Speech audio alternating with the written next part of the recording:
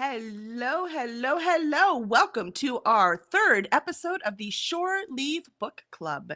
Today we will be discussing the third book in the Misplaced Mercenaries series, Big Damn Magic by Kevin Pettway. I am Kelly Lynn Colby, editorial director at Cursed Dragon Ship Publishing.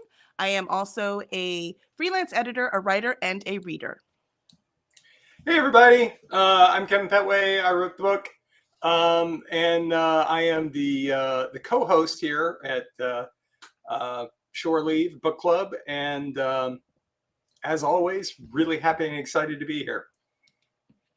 Yes, we're having fun. We were talking before how this one is the thickest one of the bunch. Not that, it's a beast, but it is the thickest. So it was really cool to get through it. Also, I thought it was pretty interesting because the first two are very action-packed and very quick. And then this one also, it's not just longer. It also sits more time with character building, right? There's more world building in this one. It's like you've given us two really fun adventures. Now you're like, hold on, I got to give you some more things before we hit the ending. So was that on purpose or is that just where the story naturally went? Well, a little bit, just that's sort of where it went. But there was an intention behind it. Sarah and Keen are very complementary. They work well together, and one of the characters says in the book that one of their strengths is the other one's weakness. With Sarah, she very deliberately went into situations thinking, well, what would Keen do? And ultimately, she decided she needed to handle things the way she would do it. But it was the kind of growth that they couldn't do with each other. They actually had to be separated in order to do that. And there was simply the political plot goals that were in the book and that they were walking through. But yeah, those were deliberate decisions for sure. Well, hopefully most of the thing is when you're writing the book, right? Sometimes, some people just let the story take it, wherever it will. So it's just interesting from a writer's perspective, what was the intention, right? So that's I guess cool. You're right. So now, mind you, even though, like I said, it like slows down and really explains the world a little bit more, that doesn't mean it's boring, right? There are so many. The characters in here are dynamic. My favorite is finally in here because it doesn't count the last one. He's barely in there. Morholt is my favorite character. I adore Morholt. And it's funny because he's like a shadow of because he's featured in the next book. This is not a spoiler. You're going to find out. It's amazing. And so in this book, he's a side character, right? And the next one, he's more of a main character. And, but I just adored him. So many good characters in here. His sister Raven is also so fascinating. And then Bergen, you gave Bergen like a bigger role in this. So we got a little bit more of, what personality he has. For a while. That's right. For a short time. Those puppies were really hungry. And we do want to say hello to Alicia. Alicia has come. She says she's not quite done yet. She's at 329 out of 389. She's right at the very ending. She says, no worries about spoilers, though. She said that earlier. She's like, I like the journey. But we have so much to talk about. We'll see if we get to the very ending anyways. So you'll be good. You'll be good. And she does have quotes for later. So this has become our favorite part of this thing, is sharing our quotes. Yeah. I found that I liked this book on reread way more than I remembered, because you're right. There's so many things that happen that for one, yes, Morholt. I love his interactions with Keen. Those are beautiful because they're same archetype characters, but they're very different. So I just find that fascinating. Yeah, well, they somehow they played off of each other really, really well.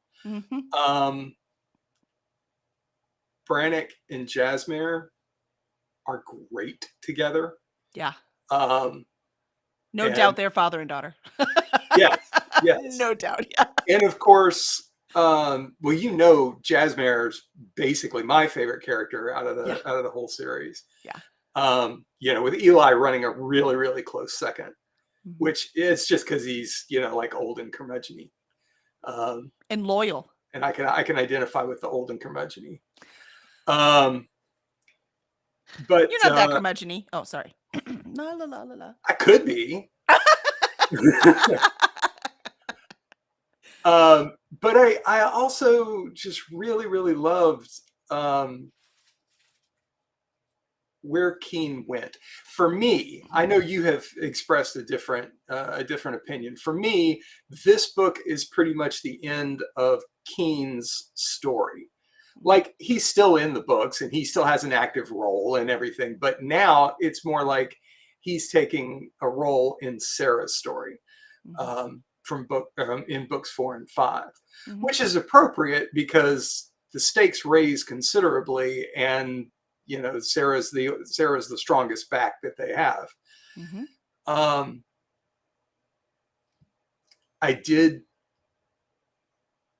I don't know how it plays generally, because I haven't really had the chance to ask a lot of different people. But I love them going through the sands on their way to the Tower of Chains. That's one of my favorite parts of the series, and it's just because it's such a weird, crazy, maddening place, and I felt like I didn't. If you look at the pages in there, I didn't actually spend too much time there, but it feels like a long time because feels like a long time to them. Right. And so when you're reading it, it's like, you're like, God, we've been here forever, except it's really only been I don't know, maybe 20 pages total. Probably less. Well, this book is dense. You put a lot in few words. So good thing, because it couldn't be longer. This is perfect, right? I had a good editor. Yeah. That wasn't me. That was your writing. I told you what to cut, not how to make it denser. Like that was you. But I have a thing about because in that scene where they're hearing all those things in their head, and each one is tortured by whatever their thing tortures them. First, it's hilarious that the troll is afraid of bugs, for heaven's sakes. I mean, that's hilarious. And Sarah's is a little foretelling. And y'all will see what that is later. I obviously, because not reading that the first time, because I've not reread these. That's right. Yeah, right. So it hits different on the second reading. Yes, it definitely does. Knowing what's coming, it definitely hits different. And because while she was describing what she was seeing, I was seeing that scene. And you know what scene I'm talking about, and so will everyone else in the audience when you get there. So it was very interesting to read it again and see that. It does show you, reading something again gives you a completely different flavor for what it was. Yeah. So that it's very, very cool. I like that. But I liked how, because we're in Sarah's perspective, but it's not first person, it's third person. But still, you had her going mad, but not realizing she was going mad. She just thought they were going crazy. She was fine. Rubbing raw meat on your face is completely reasonable. But these other guys, they're just woohoo. They've lost on your recently stitched wounds. Yeah. No, she went around them. Come on now. Oh, okay. I mean. Yeah, but that's right. She just kept wanting to scratch at the wounds. Yes, which I don't blame her one bit. Yeah. Yeah. Well, there's those are really great moments when you can combine a little bit of pathos with a little bit of humor. And so, that's naturally where I like to live. Yeah, in the tower itself, I thought was both like a horror scene, and at the same time just hysterically funny. Because this really weird god person floating around, and who is probably like the most dangerous thing on the planet, except it's just kind of, yet it's powerless. Well, right, yeah, but it doesn't know much either, and so it's very out of touch with the world, and so it's not it's not really canny. It's just sort of, there. Right. It just understands its kind of power. And it's Yeah. never been human, so, certainly doesn't know anything about human experience and doesn't care to learn. And makes everybody horny when it's in the room. And yet doesn't do anything about it. I mean, come on, so rude. Thank you, Alicia. Alicia's straightening out the meat rubbing. Oh, gotcha. Different things, right? Yeah, the troll afraid of bugs. I know the troll afraid of bugs is great. Yeah, she rubbed around it. It was conscious of the scratches and not wanting to get anything in her eye. There you go. See? And Jen is on too, so we would like to say hello to Jen. And Jen can relate to curmudgeons, especially now, sat on Teicht for way too long before figuring out this was on YouTube. Oh, on Twitch. Yep, sorry. We are YouTube family now. Jen's like, where are we talking about Big Damn Magic? I kind of made the assumption when she said I can relate to curmudgeons, especially now, that she was referring to the fact that we were together for the last weekend. That's what I thought she was going. Yeah. Which was an amazing con. I really enjoyed it. That was a bunch of fun. Yes. And Kevin's referring to Multiverse Con. You can check it out, multiversecon.org. It's third week in October every year. It's wonderful. It's in Peachtree City, Atlanta. Highly recommend. Love that con. So we were just there with Cursed Dragon Ship, having a great old time. I was running the gather track. It was awesome. So it was Jen and Kevin and myself. And the all important spouses. And in my case, my brother came. So yeah, Roger was cool. Roger's I always cool. Enjoy him. He's pretty cool. But yeah, so this one, so Big Damn Magic, third book. Oh, also real quick, since we're off topic for a minute, just when you keep seeing me look over, that's because I just got a brand new puppy. So I keep making sure she's not chewing on anything she's not supposed to be. That's all. So that's a cool little puppy dog. That's right. And she hasn't, this is her first time having me talk, and it's not to her, right? So she doesn't, the cats are used to it, right? Benny's used to it, but for some animals, they're like, you must be talking to me. There's no one else in the room. So, but she's being very good chewing on her bone right now. I'm pretty sure she just peed in the corner over there, though, but I will deal with that afterwards. So I was about to say, speaking of peeing in the corner, no, the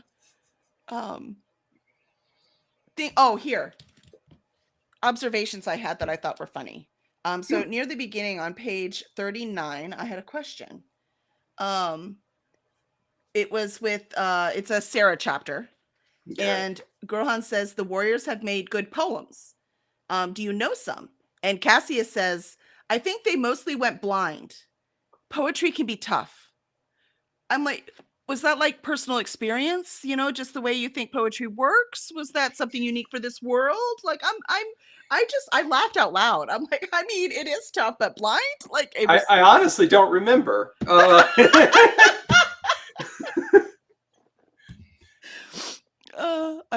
mean, obviously, it made sense at the time. I don't know. I think all these quotes. Cassius is largely he's a smart ass. He's not like, well, okay, I was going to say he's not like deliberately cruel when he talks, but then there's, right after he and Sarah had their thing, he really was. That's because she put him off, though. I'm sorry. She did start that. Yes. Sarah was working through some shit. Yep. So we can attack him for lots of things, but I don't think that particular thing, because he was hurt too. She was very rude. She was more the glad we had sex, now get out. Because she was like, I thought I was in love with Absolutely you. In her brain, true. She didn't explain it, right? But she was like, oh, I thought I was in love with you. Turns out I don't even like you very much. This didn't work at all. I need you to leave, right? I'm not sure that justifies him betraying them to Tyraine. Exactly. That's my point. So my point is, he's still a scumbag. Don't get me wrong. And he's going to be plenty punished, right? We see the plenty punished in here. So he's plenty punished for that. But the initial, when she's rude to him, when he is rude to her, she started that part. Turns out he was going to betray her anyway. So good thing she didn't fall for him. But You know what I mean? Like, how about this? It's complicated, and I have to admire you for making it complicated and not simple, because it's easy just to make it simple and keep going A, B, C, D. But it was so much more complicated than that. So that's It's impressive. because I think in corkscrews. I use them to open wine. That's about it. Let's see. So we talked about Sarah going mad. I love that part. Okay, after we just talked about multiverse, and Lena, your wife, was there with you this weekend, and watching you two banter on page 67, the banter between Keen and Megan when they go back and forth. Let me see. I think I have it marked too. Where she says, I think I'd let them kill you as long as they had comfy chairs. And he's like, will you visit my grave after you've had a nice sit down? And she goes, no, but I'll have someone else visit you for me. Queens are busy people. And I was like, dude, Lena and Kevin could have said that. Like, so I'm wondering, is there any inspiration from y'all's relationship when you pull this up? Or did you just... Absolutely. Yeah. Yeah. Honestly, Keen and Megan, in almost every way that matters, they are Lena and I. Well, at least the relationship. Yeah, that right. I'm not keen. But that relationship is directly drawn from ours. And I at one point, Keen talks about trying so hard to be worthy of her. And that is absolutely how I feel. Aww. Every day I work and do the best I can, as much as I can, to be worthy of Lena. Because I married way above my weight class with that. That was I don't really know how that happened. I don't know. I think, again, after watching, I think y'all are pretty evenly matched, at least wit-wise. Like, y'all are pretty evenly matched. Well, she's the smart one. But I don't know. It's just it felt right. It felt like it felt real. Yeah. And that's what I wanted to do. And I love it. Yeah. I love their relationship because I love our relationship. Yeah, I love it. I love it too. That's why that scene, it just made me laugh, because just for 5 seconds I saw, because I don't see you as Keen either. Like Dresden Files, I see Butcher, whether he likes it or not. I see him as Dresden. Every time I read it, I just see Jim Butcher. I do not see you when I see Keen, and I do not see Lena when I read about Megan. But that particular scene, I was like, wait a minute. A lot of the thoughts that go through Keen's head when he looks at Megan are my thoughts when I look at Lena. Aww. Yeah, it just, Yep. If I think about her too long in one spot, I'll start to melt. So so change the subject. Was that the clue? We can move on. We can move on. Next thing. Let's see. Jen Waves. Where are we? I just want to make sure I'm not missing anything out of the chat, because remember, this is a book club, so it's not just you and I, even though you and I could just chat, and that would be fine too. But we want as many people as possible to fall in love with the same things we did. Alicia, I love that little piece of banter, right? It was just so good. It's so good. So I love that as well. Maybe that's why I want more. But it's funny when you said earlier, because I started reading this one is when I realized that too. Again, knowing where all this goes, that these 5 books, all 5 of them, this is Sarah's arc. So I think I would really like to have more Keen, Megan, and their kids' arc. Do you see what I mean? When I was telling you at Multiverse that I feel like there are other stories that I'd really like to see, and I think those are ones I'd like to see. Because for sure this is Sarah's arc, no doubt, from the very beginning. Even though Keen is more in the first book, but Sarah's in like almost every scene with him, and also we get her perspective. Do you see what I mean? So watching her grow, for sure, it's definitely hers. But it's funny how I didn't realize that again on the first reading. It took reading it this time again, even though I know exactly where it ends, for me to realize that this is Sarah's story. So good thing we like her, because we spend a lot of time with her. And I forgot how much, we didn't mention them earlier, how much I loved Sabni and Mahu. Yeah. Did I say their names right? It's up to you, however you want to say it. I don't care. Okay. For me, I call them Sapney to the same and Mahu. Mahu. Okay, cool. But that's up to you. I'll try, but I make no guarantees. I can spell them. Cannot always say. I am a big proponent of the death of the author. And so, you know, however you want to hear something or picture something or whatever, you know, once you've got the book in your hands and you're reading it, that's up to you. Yeah, I totally agree. Once the reader has the book, it's now their experience, right? So it's your experience now. Even if I think you've totally misinterpreted something, but it's still your experience at this point. Doesn't matter what I think at that point. Hey, it's just the way I read the book. You know, it doesn't mean anything. Back off. So Sabni's quotes, where he's always quoting parables and stuff, right? So I'm wondering, do you just write them in the moment, or do you have a stack of them like you do the curses? Do you have a whole bunch of quotes ready to go, or it's just in that moment you just like, oh, I need one. Let me think of one real quick. Both. Because what I did is I came up with a bunch of different books, and I wrote just like a paragraph, you know, what that book is about. And then I included a couple quotes. And probably most of them are just, you know, pulled from there, with some changes, because, you know, you're never gonna write ahead and write exactly the right thing in this circumstance. So you change a word or two or move some sentences around, something like that. But then sometimes there just wasn't one, and I made one up on the spot. But I did try and fit them into what the books were. You know, I wanted them to be wholly religious texts, so there's not going to be a million of them. And of course, this is the Igran is the Darish religion, and that's the same religion that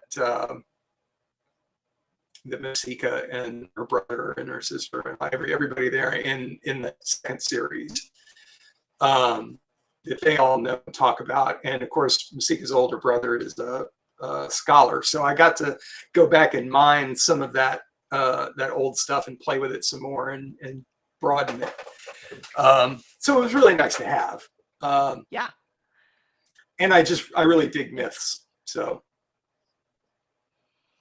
they're pretty fun. I mean, most of them make zero sense. So yeah, it felt like religious text to me, quite frankly. I was like, what? Yeah. Well, but it's kind of the point with this. You know, they really don't make any sense. But it's actually an important component, because if they made sense, then it would be easy to have faith. And faith is what, you know, brings everybody together in the religion. So if it's built on myths that don't make a lot of sense, then having faith is something kind of special. Right. So, and you know, and everybody is bound together more strongly. Makes sense to me.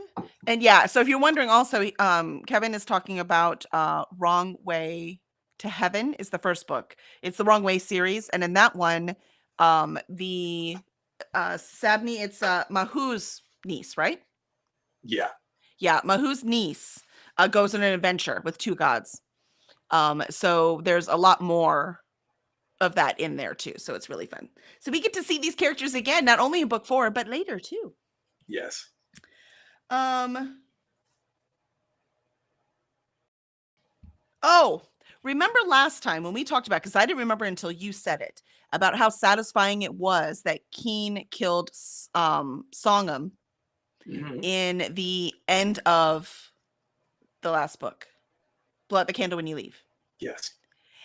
And in this one, at the beginning, they're acting like he's still king, and then you just have Keen coming in real quick and saying things like, I probably shouldn't tell him yet that I killed him. My question is it because you already had this written, so you just had to add that in because we changed it? Oh, gosh. Like back when I wrote it. Because you already had this book written before I edited book 2, didn't you? I think it must have been. I think Yeah. you must be right. You're Yeah. right, because I had the first 3 books written when I Mm-hmm. first came to you, Mm-hmm. and then you made the well, you didn't make the change, but you strongly I suggested, suggested it. Yeah. and you were correct, that that book needed some kind of definitive closure, Mm-hmm. and we decided that killing Songham was going to be it, and it needed to be Keen. Mm-hmm. Um, and so yeah, that's almost certainly what happened. Is that now it makes internal sense in the book that Mm-hmm. he's not going to talk about it, because he of course is so distrustful of Hardin. Yep. Um, and but yeah, that's it. And I wanted to say something about that too, because Hardin, by the end of this book, he's kind of a good guy, but he never gets that spikification treatment, where which it's a trope that means if a bad guy turns to a good guy, they also become a wuss. Um, and I was really I wanted Hardin to be true to himself the whole time. I wanted him to be just as recognizable as who he is on page 1 as of the first book as he is at the end of the third. And I was really happy with that. I was really happy with the way that came out. Hardin, I like Hardin a lot. You know, he's not my absolute favorite character, but you know, he's up there. I honestly, I love them all, but you know, he's so bad. He's such a rotten person, like really, really rotten. Yeah, I actually don't like Hardin at all, but his character works so well for the job he needs to do in this book. So, do you see what I mean? As a person, I don't want to have anything to do with Hardin. Like Keen, I could at least Oh go God, sit no. and no. I mean, I could go drink with Keen and eat traveler's rolls and we'd have a good old time, right? But I could not, there's no way I could have anything to do with Hardin. Mm-mm. So yeah, it's different. But talking about Hardin, we should probably talk about Eli and is it Lafa or Lofa? I know you don't care, but now For it's me, two it's F's. Lafa. Okay, good, because it is two F's. That's how I say it too. So Eli and Lafa. We haven't shown Eli. Eli hasn't shown any kind of affection for anything, not even Hardin, who he is loyal to the core.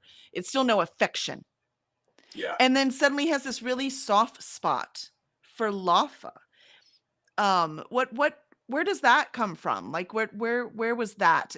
What is it in Eli's background we don't know that made him so soft for her? Well,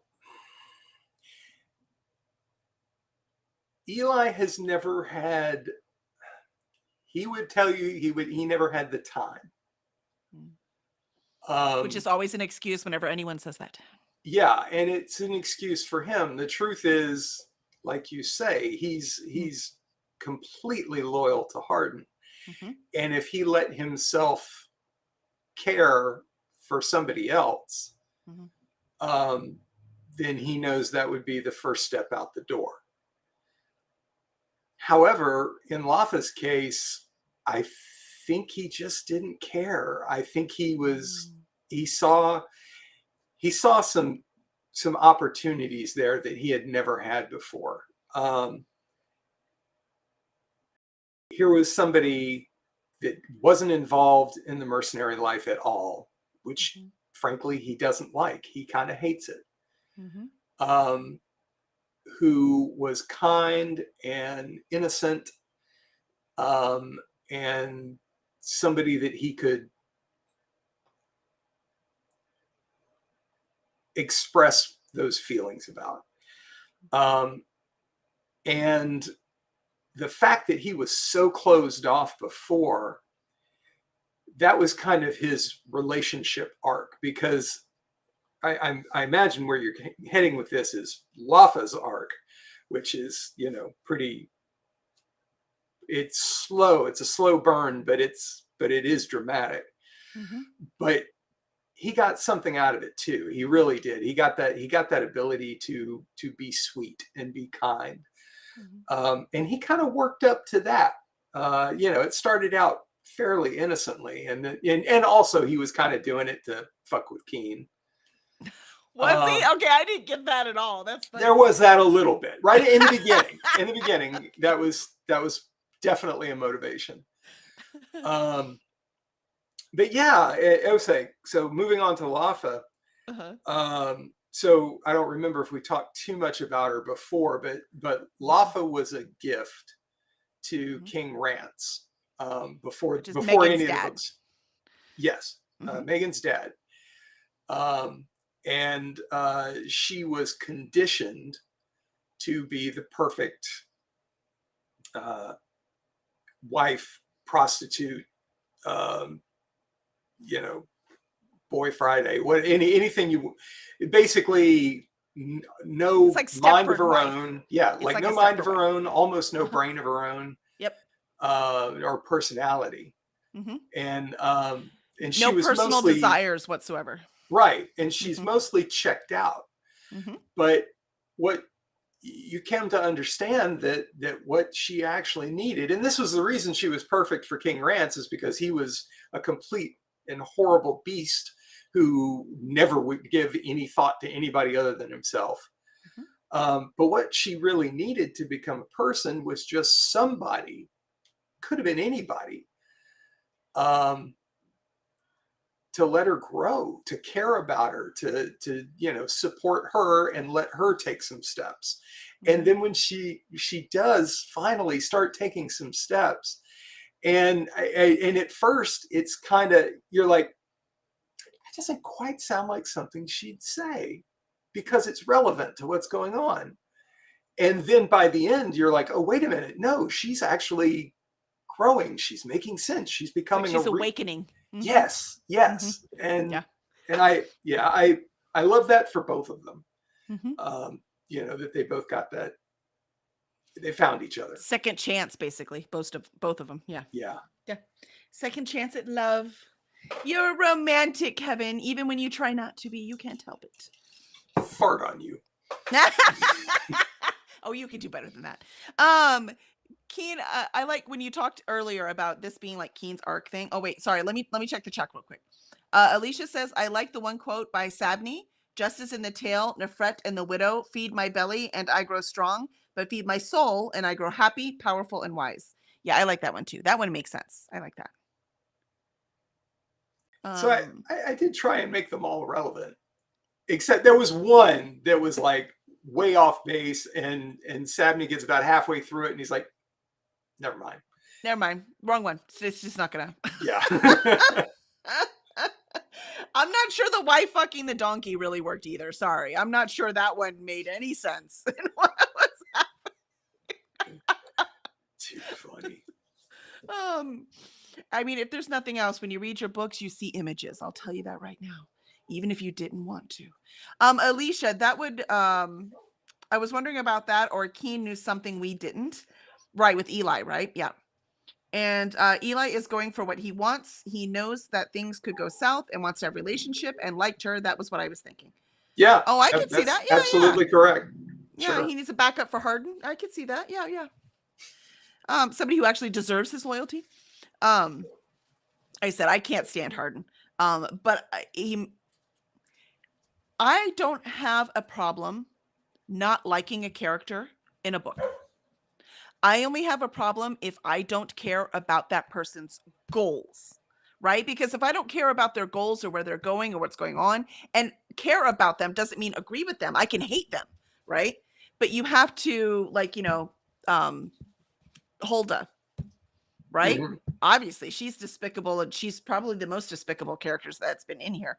But yet I get it, because she was a woman who had no power. And so, she's just, so that kind of thing. Do you see what I mean? So I can not like the person and still be good, but I have to care. And every character in here, I at least care, even if I hate them. I care about what is happening and what's going on and what they are doing, for better or worse sometimes. And that's how it is for Hardin. So how do you feel about Hardin's goals? Hardin's goals are iffy, but because he is helping Keen at this moment, I'm okay with him. Right? Hmm. So the whole Sarah goal was always confusing for me. And I know we find out why later. Y'all are gonna have to keep reading to find out why. Um, but because he explains it and it Right? still makes no sense Really? until we actually, yeah, not to me anyways. Not until we actually um not until we get more knowledge later on. It's hard to not spoil future books. Um, but here's the part I liked watching Hardin and Keen and watching Keen struggle with, he was nobody a mercenary and he didn't care about anything else, right? And then Uh, he is suddenly, but he reminds me of Mal from Firefly, if y'all are wondering who, that he's like, I'm gonna do all this crime, but I can't go that far, like when he tells the Baron that, yeah, I never slept with your wife. Right. And his reason was she was too much of a lady and I wasn't, a big enough asshole to force the issue. Right. And that really defines him right there. Right. Like Keen is not a big enough asshole. oh, yeah. Okay. Do you see what I mean? So, like, in other words, I mean, he was a mercenary. He could have forced himself. Plenty of them did. Right. Hmm. Plenty of soldiers do. You don't even have to be mercenary, but he didn't because that's just not who he is. And so he has a set of morals, whether he likes it or not, which is why he's actually he's being a good king, right? Because he does have those morals, even though, and he had to have been born with them because no one taught them to him. Yes. However, he does, I think, probably right. They probably were there all along, and a lot of the things that he did probably bothered him, so he just made a point not to look too close at his own behavior. But again, the expression of that morality is part of his arc becoming worthy of Megan. Oh, true. So he becomes more instead of I'm doing this because I'm a mercenary. Right. Right? So, because that's what he would do those things. Well, I'm a mercenary. This is what mercenaries do. But I don't have to do this, so I'm not gonna go that far, right? Right. Like he said, spent plenty of time doing awful things, but it seemed to me that maybe it's because he was friends with Sarah that he respected women more. So maybe that's just my wishful thinking. So do not take that away from me. Um, No problem. Thank you. Thank you. But Keen is like in the first two books, he's always the smartest person in the room. He's the quickest with his wit. He's quickest to react. He's got all that. This time, not so much. Like he was wrong about the conclave. He didn't Hmm. read the room when they were turning against, Horsewife. He was wrong about Eli courting Lafa, right? He was wrong about that. Though if you said he started doing it to fuck with Keen, which I didn't get, then he wasn't wrong the whole time. And so all of these things that he's wrong with, and then he catches up, and then he's wrong, but then he catches up. We haven't seen him do that before. Yeah. Well, Mm-hmm. when we meet Keen, Mm-hmm. he's a mercenary in a mercenary's world. Mm-hmm. And now he's not. He's a mercenary trying to be a king, Mm-hmm. which is, usually by the time somebody becomes a king, they've been training their whole lives and watching their dad, and and so it's, they can kind of step into the role, Mm-hmm. and he's learning on the fly. So he makes mistakes, and it's he's still thinking about things as a mercenary. Mm-hmm. And that's something that you see him lose a little bit in later books, is he actually starts thinking like a king. Um, but we'll get there later. I like it. I don't know. I think parenthood changes him, which happens to a lot of men, right? So, I mean, a lot of women too. But I think that's a big thing. I cannot wait until y'all meet his kids. My gosh. The kids were an unexpected delight. I love them so much. I want books just starring them. I love them so much. I cannot wait until y'all read about the kids. Um, let's see. Alicia says that she was a little confused with Hulda and what she was trying to accomplish. I agree. I think that's because Hulda didn't seem to have defined goals. She basically just wanted to get as much as she could and get away. Is that incorrect or? Well, so she was sold off.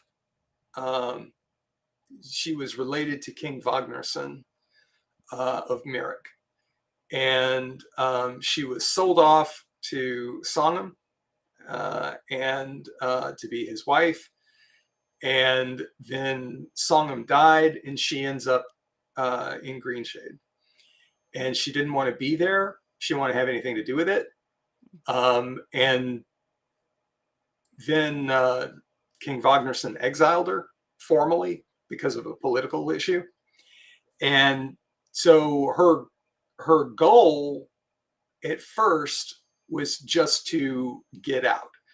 And she had reason to want to get out too, because when she knew that when Tyrane came in, it could not possibly end well for her. So she was trying to take as much money as she possibly could and sort of buy her way back into the family's good graces. And because she's the horrible person that you talk about, her being really pretty much the most despicable one in the entire series, book probably, full of extremely despicable people. Exactly. Yeah, she the way she goes about it is really just the worst way anybody could possibly choose to.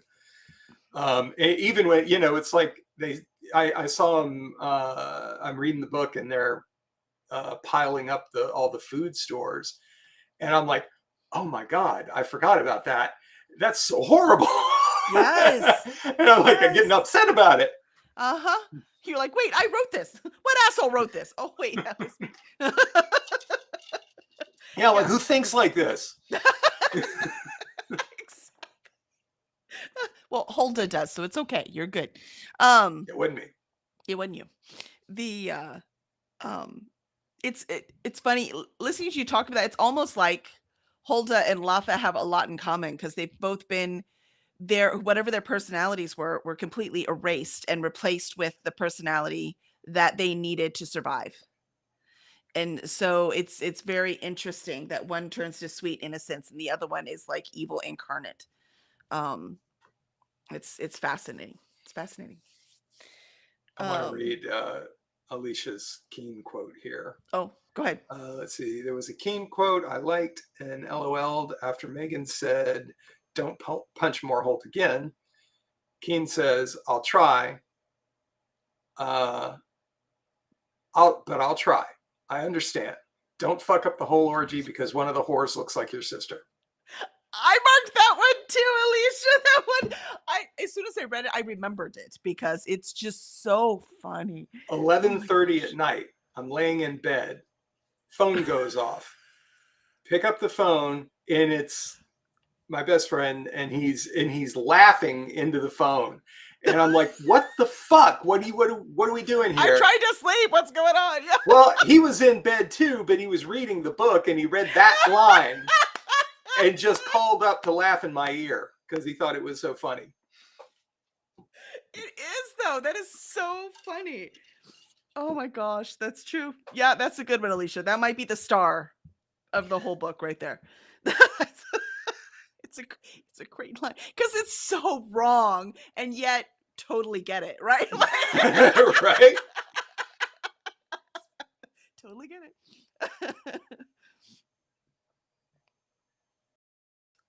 What is like a Lafa situation with Hulda? Did that make sense what I said, Alicia? Where, in my opinion, both of their personalities were erased because these are both women living in a man's world. I mean, Hulda says it over and over again. She knows she's not going to be able to keep the kingdom. Not that she wanted it to begin with, but she's not going to be able to keep it anyways, even if she decides to, because Brannick won't even let his daughter, who he has great respect for, rule a kingdom. He's certainly not going to let some, mail order bride do it, right? Until the end of this book. That's like the last chapter, I think. Yeah. When Brannick says he's like going down the list of all of the boys, and and there's like, this one's dead, and this one's dead, and this one's dead, and this one sucks, and this one, this one's a wuss. It's got to be Jasmine. And he determines right there. Oh, and then he says, and we're taking that fucking statue down. Yes. Yeah, I mean, the war with anger is awesome, and you will all see that soon enough. But that's funny because that's one thing I will not say unique with your books, but we don't see it enough, and that is your bad guys also have character arcs. So it's interesting to see them. Like you said, loving Jasmine. And we'll talk about that later where I was mad because I was liking her way more than I should too. She's a bad guy. Stop it. So I thought that was really funny. Because I'm working on this character. I'm digging this character. I really, really like her. She's very well rounded. She's complicated. She's got there's a lot of nuts and bolts there to play with. And Kelly said exactly what she just said. I like her way too much. She's supposed to be a bad guy. We gotta do something with this. Fix it. And she was still doing bad things, but anyway, we're not talking about this book right now. We're talking about another one. Sorry. It's wonderful. You have things to look forward to, people. I can't wait to read it again. It's been years. So I can't wait to read my favorite book, which is the next one we're going to read. So yes, let's do the quotes. So anyone else has favorite quotes, put them up. Yeah, I had the sister one up there too. And I had the poetry one. And which other one? Here, let's see what other one I have. Did you have any favorite quotes, Kevin? Me? Oh yeah. Mm-hmm. Let's see. Oh no, that's the last one I marked was the sister one. Yep. Oh, what was the other one I had? I had one earlier. I even picked an Oldham one.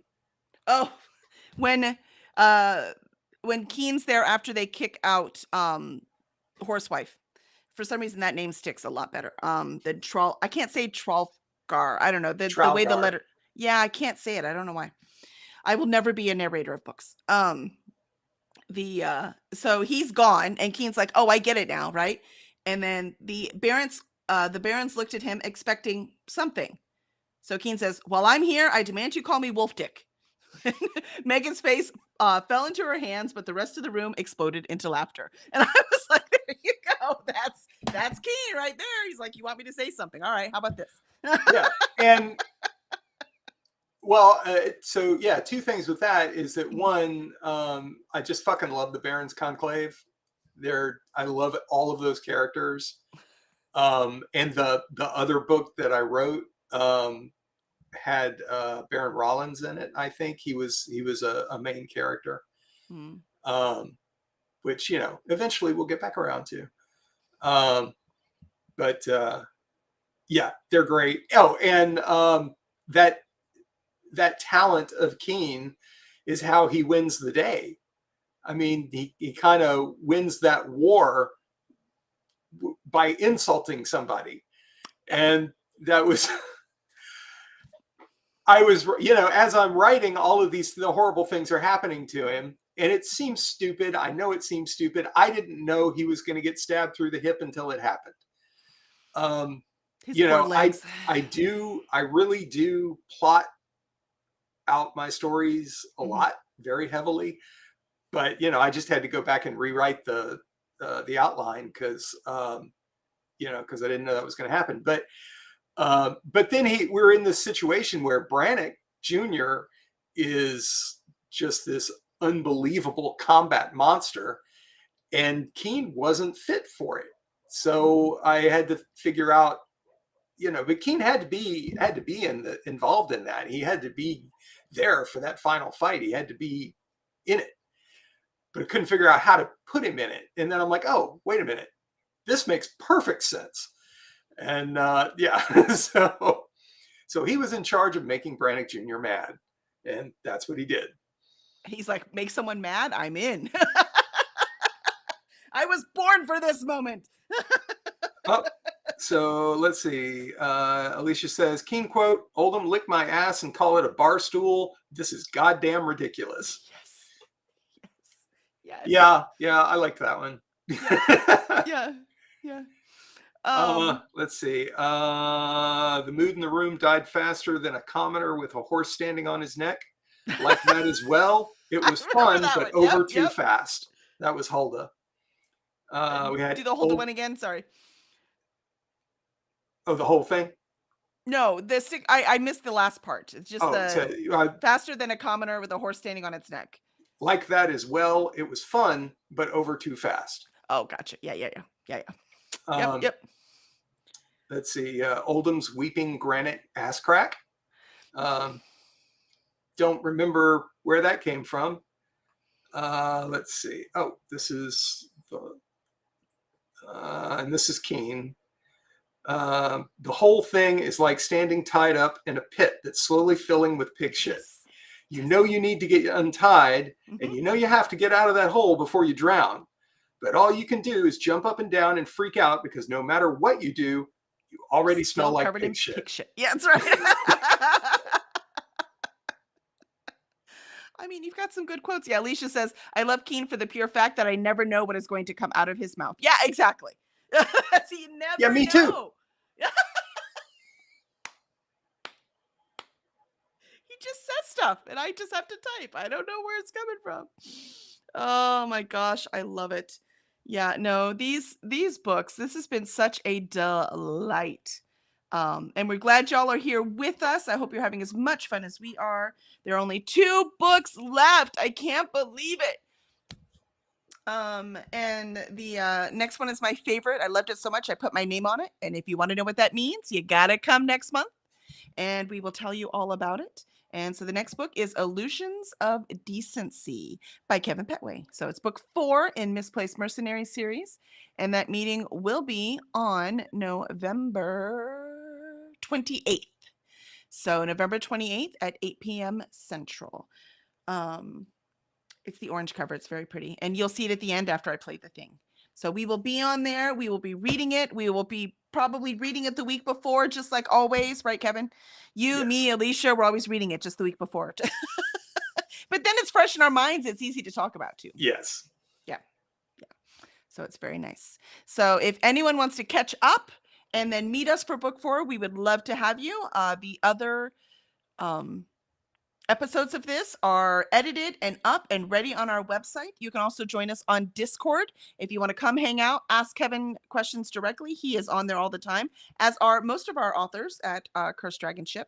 So you could jump on in, say hello, tell us how awesome we are, or say, why did you do that to me? I mean, whatever, we're there. And you could join curseddragonship.com/Discord to get on there. That's a lot of fun. I really enjoy the Discord. It is pretty fun. We've got a nice active crew, as we call ourselves. We are Cursed Dragon Ship, after all. So we are a crew. Why? Which is why we are on Shore Leave Book Club. So every now and again, we get to stop writing and just enjoy the work. Yes, Jen says, mark the calendar. Yes, do that. And Alicia says, right after Thanksgiving. Yes, it is. Right after Thanksgiving, when you just can't deal with the family any longer. You just need to get away. We will be here for you. So... excellent. All right, Kevin. So where can people find you and your work? My books are all the usual suspects, Amazon, Barnes & Noble, Audible, and pretty much anywhere where you would go to find books online. Mm-hmm. You can also find me at my website, and there's a form there if you want to send me an email or something. And we're going to be selling signed books from the website soon. Yeah, that's about all the places I'm occasionally at Publix. Yes, what you don't know about Kevin, he's actually quite the talented cook. We'll have to talk about that one of these days. I do have questions about Traveler's Rules. I have recipes. See, exactly. We need to make some. That'd be so fun. So thank you very much. And please make sure to subscribe so you get notified when we go live. Also like this video so more people will be able to see it and appreciate the magnificentness that is the Misplaced Mercenaries series, or at least it's pretty damn entertaining. And I hope so. It is. And if you are a writer and want to get some writing done with us, Alicia and I are on every weekday from 8 a.m. Well, starting at 8 a.m. Central, and we do 30-minute writing sprints. So if you want to steal just some time out of that morning just to get that writing done, that's what we're doing, and we'd love to have you there. So please join us. And until then, we will see you November 28th. See you then. Bye, guys.